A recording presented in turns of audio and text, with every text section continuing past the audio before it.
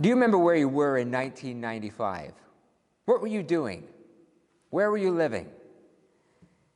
If you can't really remember, let me give you a few reference points for 1995. John Chrétien was our Prime Minister. Bill Clinton had the helm down in the US. The O.J. Simpson trial happened in 1995. In Oklahoma, a car bomb blew up the federal building. Remember that? And a movie about a little pig called Babe became a box office success. Now do you remember 1995? Something else happened in 1995 that went unnoticed by 99.999999999999999% of the population. I started my career as a minister. September 1995, 25 years ago. I still remember it. I just graduated from Teachers College down in Windsor, a year after graduating from theology school at U of T, and I had a decision to make. Would I become a teacher or a minister?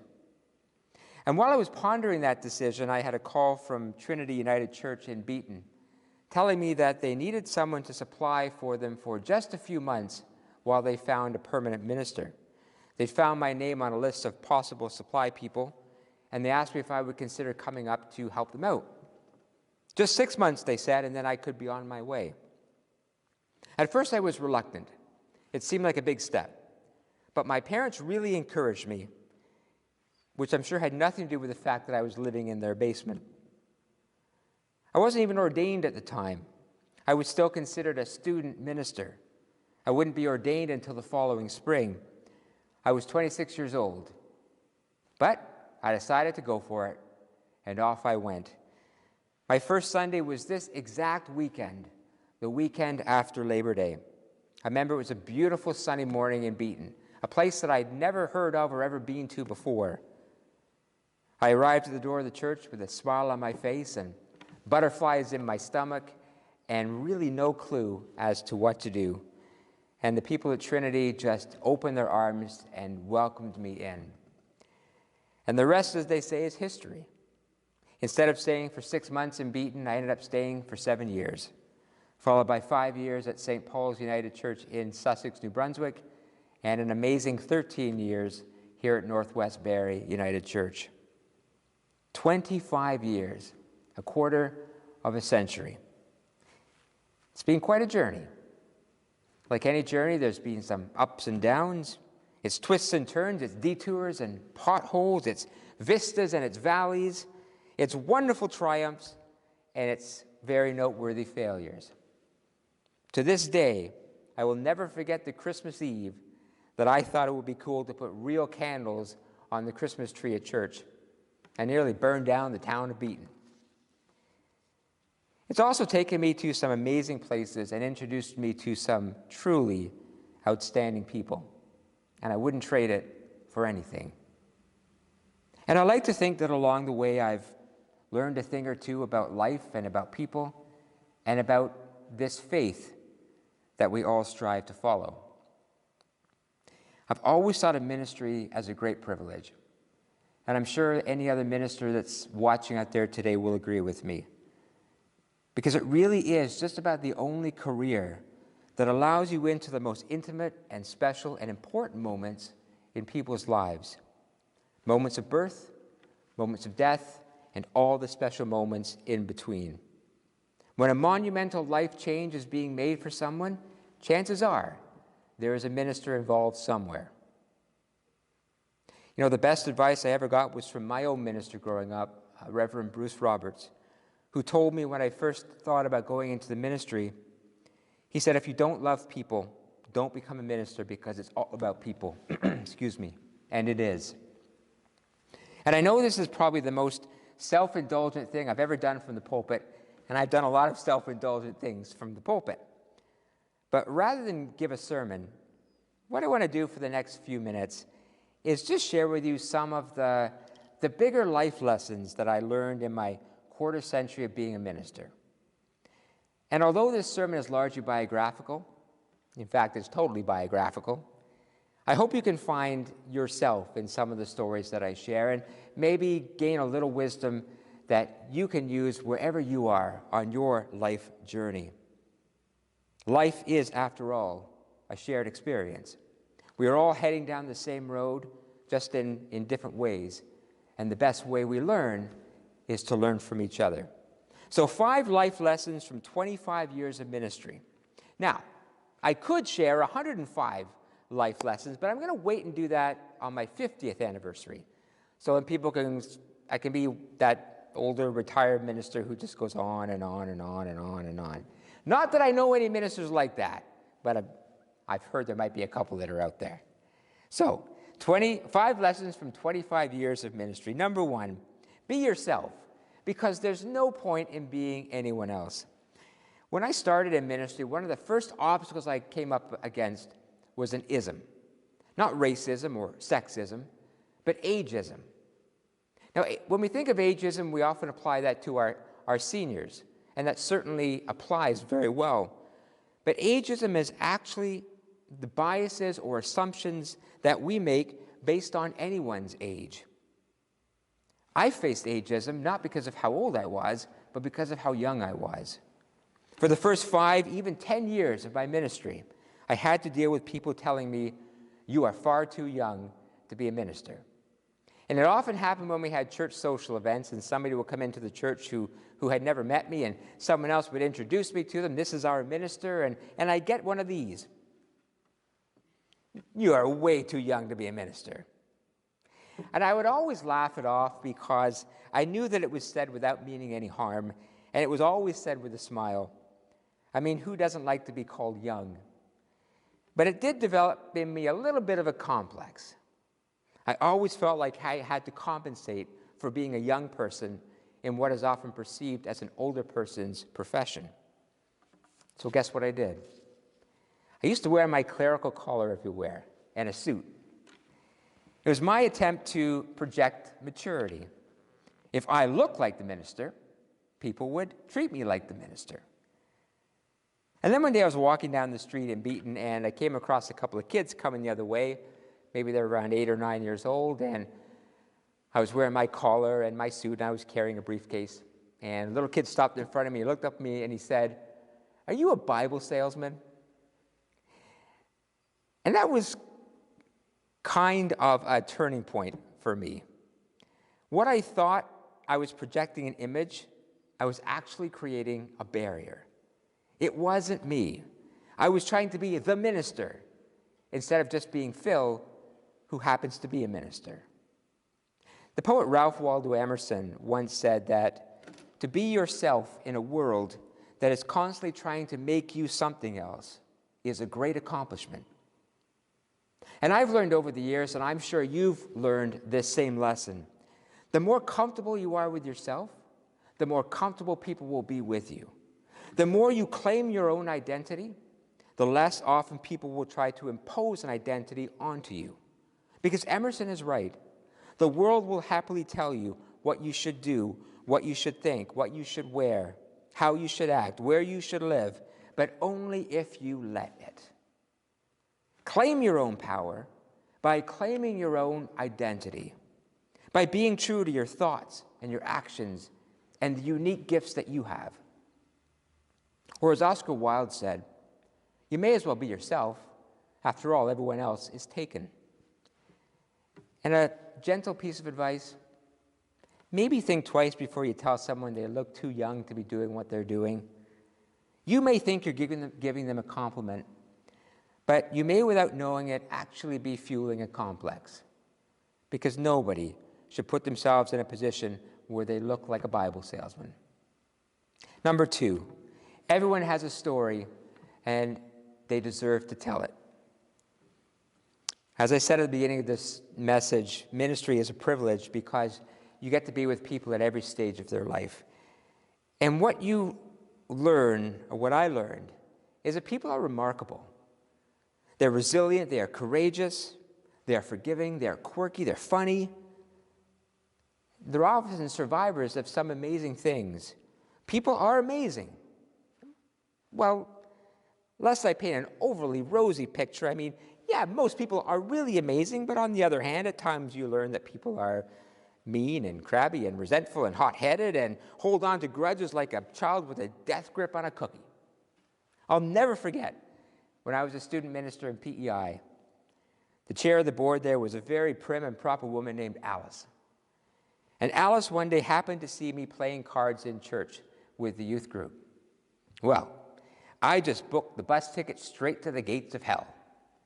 Imagine a minister playing cards, and in the church nonetheless. People are funny because she never let that go. I think she wanted to ship me right back to Toronto, where I'm sure she figured all the other card-playing deviants lived. But most especially, I've learned that everybody has a story to tell. And if we would only take time to listen to each other, there is so much we can learn. There's a great irony in my life as a minister, and it's this. The part of ministry that I enjoy the most is the part of ministry that I often seem unable to find the time to do, and that is just visiting with people. There's nothing I like more than spending an afternoon with someone in their home, just listening to their life story. It's fascinating what people have been through and struggled with and overcome. It's fascinating to learn how people see the world and the ideas they have.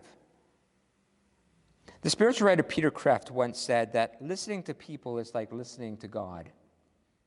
And I don't really know what he meant by that, but I've always wondered if what he meant is that when people share themselves with you in a safe setting that allows for vulnerability, it's amazing what comes out. It can create a wonderful sacred space where life can reveal itself in new colors and new depths. And often in those times, the divine has a way of drawing near. The wisdom I've taken from this point is that we should take a little bit of time to learn about life from books, a little bit of time to learn about life from watching TV, listening to the news, but a whole lot of time to learn about life from each other. If we listen to our stories and share our stories, the wisdom we can glean, the lessons we can learn, and the inspiration we can garner is amazing. We talk in our faith about having an open heart and an open mind and open hands. Add to that list, open ears. Number 3, rituals matter. Elizabeth Gilbert, in her book Eat, Pray, Love, which I know many people have read or maybe watched the movie, said this or wrote this about rituals. This is what rituals are for. We do spiritual ceremonies as human beings in order to create a safe resting place for our most complicated feelings of joy or trauma, so that we don't have to haul those feelings around with us forever, weighing us down. We all need such places of ritual safekeeping. That's a great quote, and it's very, very true. One of the greatest gifts I believe the church has to offer to our modern secular world is the gift of our rituals. By that I mean weddings or funerals, or baptisms, and so on and so forth. It's easy to be critical of rituals, particularly church-related rituals, and say things like, what on earth is the point of sprinkling water on a baby's head? Or, I don't need a wedding ceremony to prove that I love somebody. Or, breaking bread and talking about broken bodies is kind of strange. I think I may have said all of those things at one time in my life. But what I have certainly learned in my years as a minister is that we do need these things. They mark the passage of time. They forge identities. They locate us on the map of life. And as Elizabeth Gilbert says, they help us to find a safe resting place for our most complicated feelings of joy and trauma. Rituals give form to the formless. They speak words into the silence, and they let us journey into the heart of our deepest feelings. Whether it's the joy expressed at the words, "I now pronounce you married," or tears expressed the words, earth to earth, ashes to ashes, dust to dust. Those rituals minister to the deepest places within and gently tend to our traumas and our joys. Perfect example of this was 2 weeks ago. I was asked by a family if I could preside at a small funeral service for a gentleman who passed away way back on March 13th. Remember what happened on March 13th? That was the day that all heck broke loose. That was the day when the world started shutting down due to COVID, and including the funeral homes, and there was no way to mark the passing of this gentleman. So finally, nearly 6 months later, there we were at the cemetery, gathered around a plot, laying him to rest. Just a simple service. A week later, I received the nicest email from that gentleman's wife saying to me that at the end of that service, she was finally able to put down some of the weight of grief that she'd been carrying for 6 months. That ritual of family gathered together to say goodbye brought her a peace that for months had eluded her. Rituals matter, and not just the big ones like weddings and funerals, but birthday parties, social gatherings, even the quiet ritual of taking a cup of tea out into your backyard and watching or listening to the birds. These things nurture the deep places within us. They are essential to living into the fullness of life. By the way, you know what my favorite ritual is in 25 years of ministry? Seafood chatter for dinner on Christmas Eve in Sussex, New Brunswick. Now, they know how to celebrate Christmas Eve with a steaming bowl of shrimp and fish and lobster and scallops. I loved that tradition. Number 4, community and connection are vital. When I was in Beaton, a woman started coming to the church who, after a while, started to become a regular. She was always there, but she was always there by herself. I figured she was probably in her mid to late 40s. So I figured I'd go over and make it a point to meet her. So one morning before the service began, I wandered over and I said, I noticed you'd be coming to the church, and it's great to have you here, and my name is Phil. We've never officially met. And she told me her name, and then she said, I think I should tell you that I don't really believe in God, and I don't really understand or follow the Christian faith. I didn't quite know how to respond to that, so I just kind of nodded my head and hoped she would say more. And after a moment, she said, so I bet you're wondering why I'm here. Yeah, I was kind of wondering that, but I wasn't going to ask her that, so I just kept nodding my head and hoping she would share. And she said, I'm here because I'm recently divorced, and I really need to be around other people. Is that a good reason to come to church? Absolutely, that's a good reason to come to church. Now, I've learned over the years that there are all kinds of things that bring people through the doors of a church. Some come because they've always gone to church and it's just part of the ritual of their life. Some come because they want to deepen their faith. Some come to church because they want to hear a positive message or they love the music of church. Some come to church because they want their children to have a strong foundation in life. Some come to church on a spiritual quest. And some, like that woman, come to church seeking community and connection with other people. I'm convinced that one of the great sicknesses of the modern era is loneliness and isolation.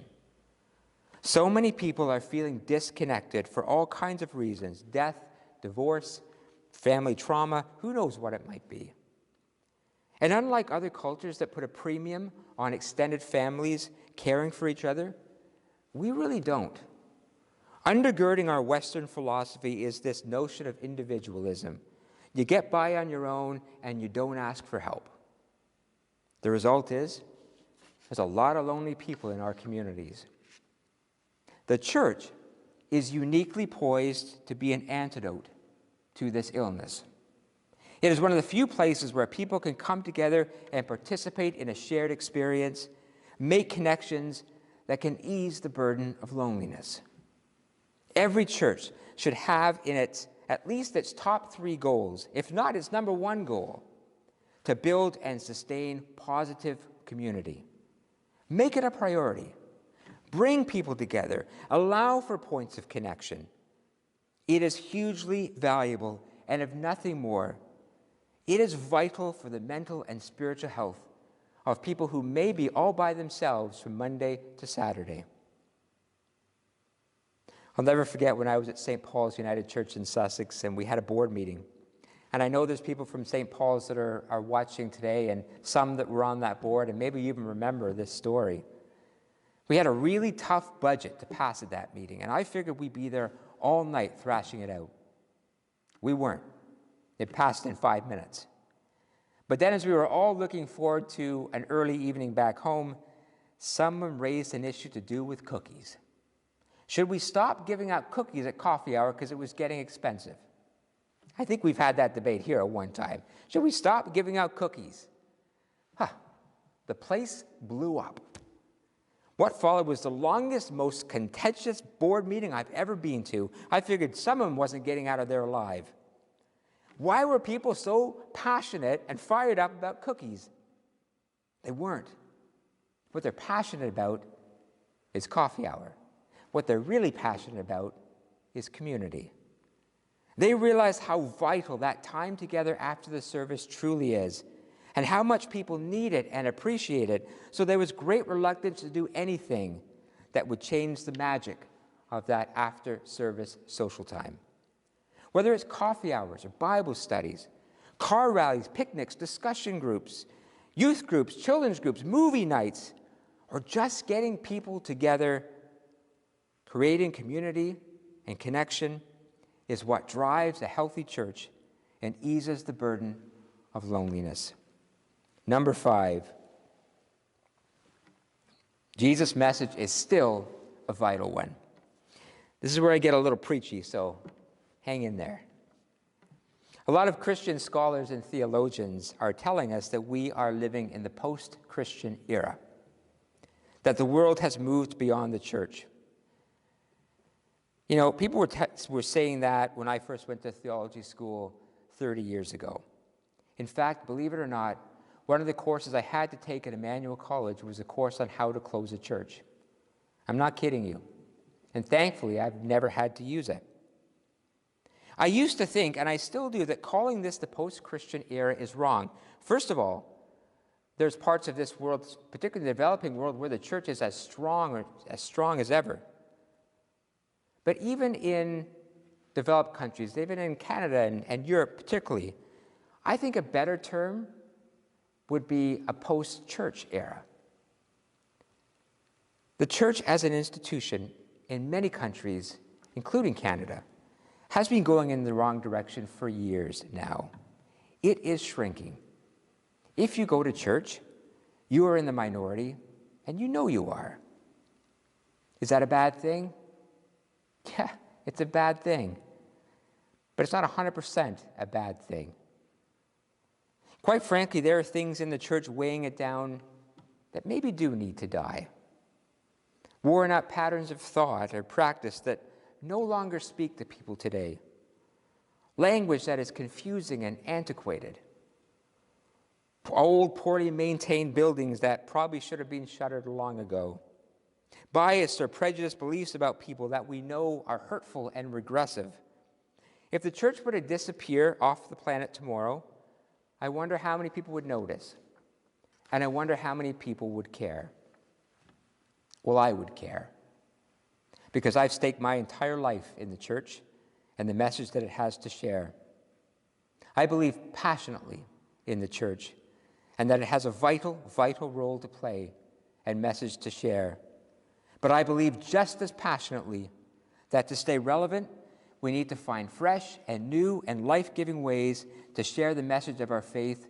And not only that, but we need to reclaim the message of our faith. Jesus used the idea of wineskins. You don't put new wine into old wineskins or they will break. The wine of Jesus' message is just as fresh as ever. Let's not dump that out, but let's change up the wineskins. And to do that, the church needs to let go of some of its dusty old ways of thinking and acting. If a church is still debating today which is better, Catholic or Protestant, Presbyterian or Pentecostal, it needs to dump that wineskin. If the church wants to spend its time scaring people with a vision of a fiery afterlife, it needs to dump that wineskin. If the church is still debating things like, should women be elders, or should men marry men and women marry women, it needs to dump that wineskin. If the church defines you as a person by how good your casserole is that you brought for a church dinner, it needs to dump that wineskin. The world has moved on from these debates, so why is the church still having them? What the world hasn't moved on from, and what it desperately needs, is the message of Jesus, the gospel, which is the primacy of love, a complete commitment to social justice, and a never-ending quest for peace.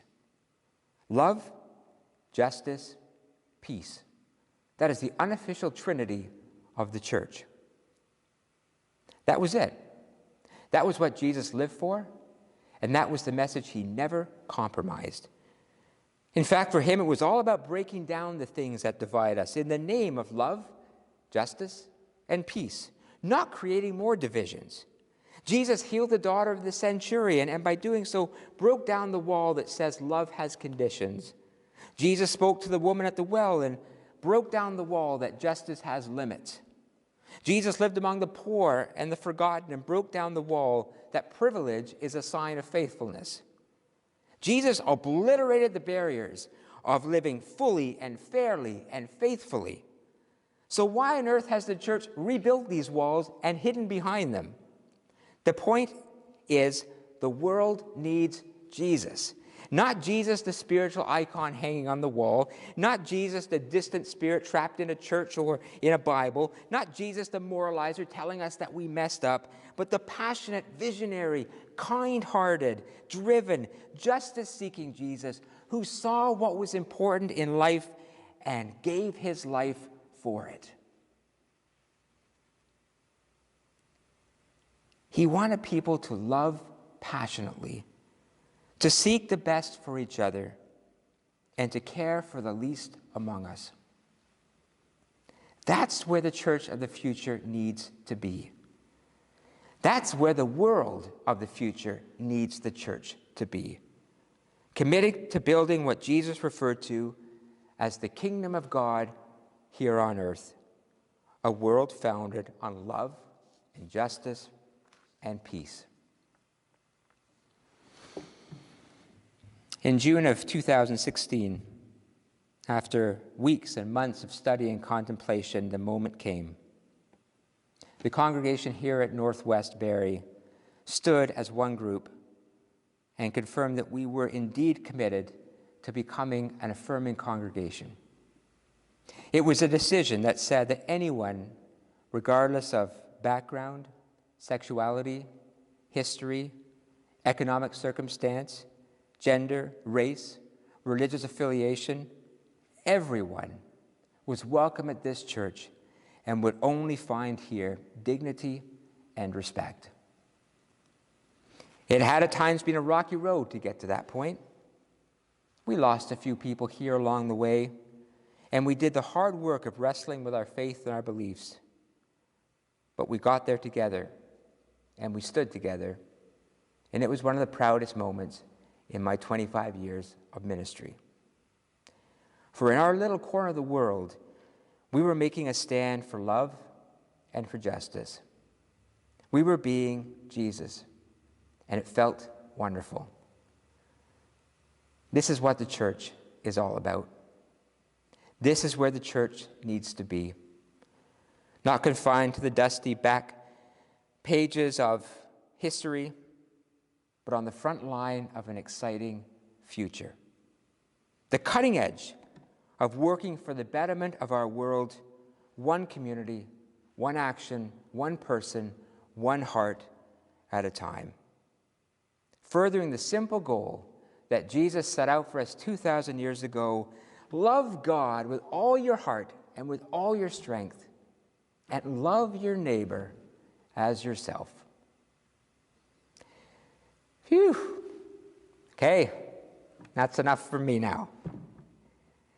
Thank you for letting me take a little bit of a journey down memory lane. And to everyone listening today from Trinity United in Beaton and St. Paul's United in Sussex, New Brunswick, and right here, Northwest United here in Barrie. Thank you for the amazing privilege of being part of your faith communities. I have enjoyed every moment. Since that first Sunday in 1995 to now, we have all come a long way. And in my successes, as well as in my failures, you always made sure that I was held in the arms of love and grace. As for what the next chapter will bring, who knows? So on that note, let me end with the words of Abraham Lincoln, who said, "The best way to predict the future is to create it." Amen.